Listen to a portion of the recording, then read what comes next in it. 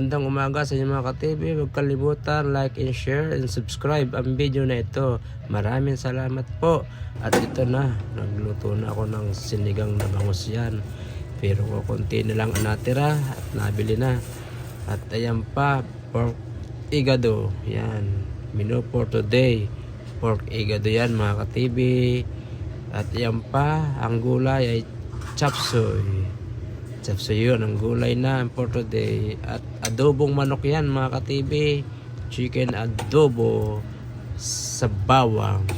Yan ang chicken adobo. At lumpiang gulay yan mga ka-TV. Menu for today pa, lumpiang gulay always. At yan ang breakfast namin.